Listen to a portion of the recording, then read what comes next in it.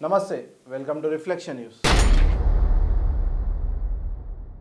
భారత ప్రధాని మోదీ అమెరికా అధ్యక్షుడు ట్రంప్కు ఫోన్ చేయకపోవడం వల్లే భారత్తో వాణిజ్య ఒప్పందం కుదరలేదని అమెరికా వాణిజ్య మంత్రి హోవర్డ్ లూట్నిక్ సంచలన వ్యాఖ్యలు చేశారు.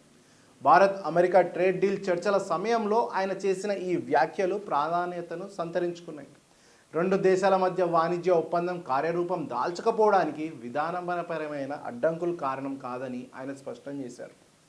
ట్రంప్తో మోదీ నేరుగా మాట్లాడేందుకు నిరాకరించడమే అసలు కారణమని ఆయన పేర్కొన్నారు. రష్యా నుంచి భారత్ చమురు కొనుగోలుపై అసంతృప్తిగా ఉన్నానని, ఢిల్లీపై అధిక సుంకాలు విధిస్తామని ట్రంప్ చేసిన వ్యాఖ్యల అనంతరం అమెరికా వాణిజ్య శాఖ మంత్రి ఈ వ్యాఖ్యలు చేయడం గమనార్హం.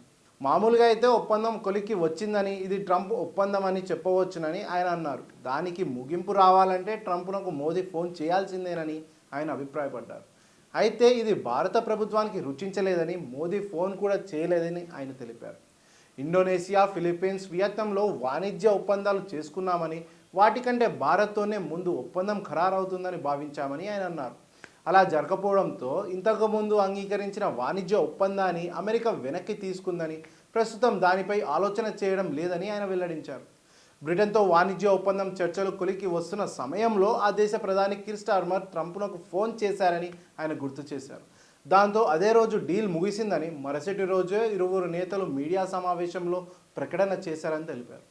మోదీ ఫోన్ చేయడానికి నిరాకరించినప్పటికీ ఇంకా ఫోన్ చేయడానికి ఆయనకు అవకాశం ఉందని హోవర్డ్ లూట్నిక్ పేర్కొన్నారు.